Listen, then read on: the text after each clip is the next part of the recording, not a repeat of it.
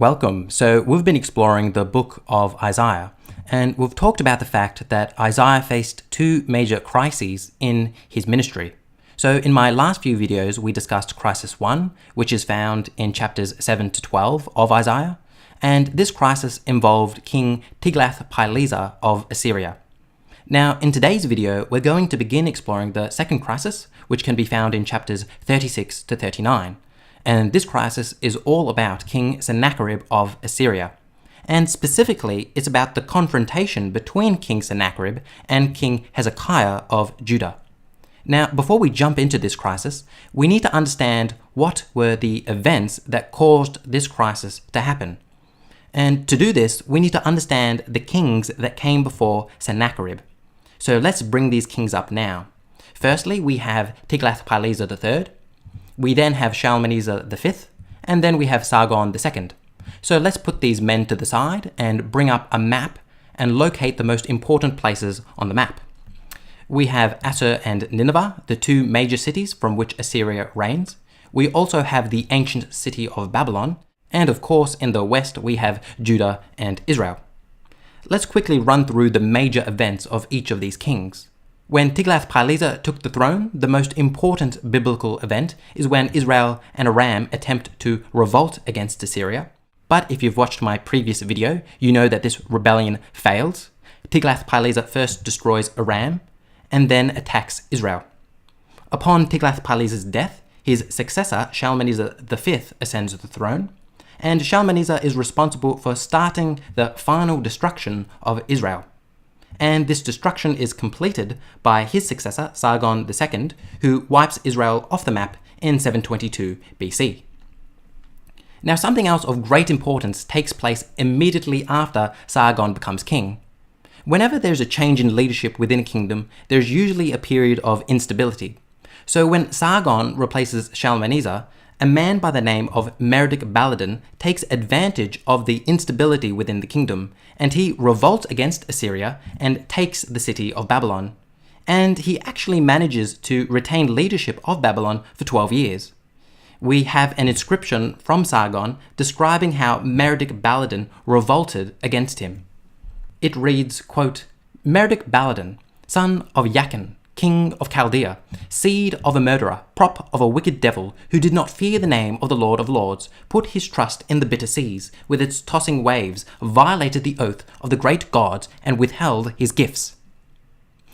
Humam-Gash, the Elamite, he brought to his aid, and all the Suth desert folk he caused to revolt against me. He prepared for battle, and made straight for Sumer and Akkad. 12 years he ruled and governed Babylon, the city of the Lord of the gods, against the will of the gods." End quote. Within this text, Sargon then goes on to tell us how he defeats Merodach-Baladan and retakes the city of Babylon. Quote, "At the command of Assur, lather of the gods, and the great lord of Marduk, I made ready my span, set my camp in order, and gave the word to advance against the Chaldean, the treacherous enemy.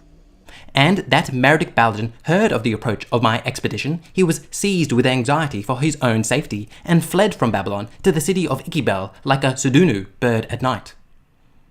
Into Babylon, the city of the Lord of the gods, joyfully I entered, in gladness of heart, and with a beaming countenance. I grasped the hand of the great Lord Marduk, and made the pilgrimage to the house of the New Year's feast." End quote. So, as you can see, Sargon wages war against Merodach-Baladan, and is able to retake the city of Babylon. It's also important to note that Merodach-Baladan does not die in this attack. Rather, he simply flees for the time being. Now, in 705, Sargon dies, and Sennacherib takes the throne.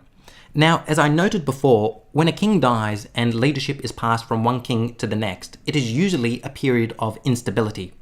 And Merodach-Baladan once again takes advantage of this instability and retakes the city of Babylon for a second time. This time, however, he decides the best way to retain his power is to encourage other cities to likewise rebel against Assyria. So Merodach-Baladan goes to King Hezekiah and encourages him to revolt, to which Hezekiah agrees. Mortier, in his Tyndale commentary, writes the following, quote, "Just as Merodach-Baladan had capitalized on the death of Shalmaneser in 722 BC, so he was ready for the death of Sargon, which happened in 705. Thanks to Merodach-Baladan's careful planning, both east and west of the Assyrian Empire rebelled. End quote. Alright, let's stop here for a moment and let's read the account of Hezekiah's meeting with Merodach-Baladan, which is found in Isaiah chapters 38 to 39. In chapter 38, we read that Hezekiah becomes very ill to the point of death. And the prophet Isaiah goes to Hezekiah and tells him the following, quote, "Thus says the Lord, set your house in order, for you shall die, you shall not recover." End quote. Hezekiah is obviously distressed by this news, so he cries out to the Lord for mercy and for healing, and the Lord hears his cry and grants him 15 more years of life. We read about this in verses 5 to 6, in which God speaks to Isaiah and tells him, quote, "Turn back and say to Hezekiah, prince of my people, thus says the Lord God, the God of your ancestor David, I've heard your prayer, I've seen your tears. Indeed, I will heal you. On the third day you shall go up to the house of the Lord. I will add 15 years to your life." End quote. And now this is where things get interesting. For having made a full recovery from his sickness, Merodach-Baladan comes to congratulate Hezekiah on his recovery. We read in verse 1 of chapter 39, quote, "At that time King Merodach-Baladan, son of Baladan, of Babylon, sent envoys with letters and a present to Hezekiah, for he had heard that Hezekiah had been sick. Hezekiah welcomed him.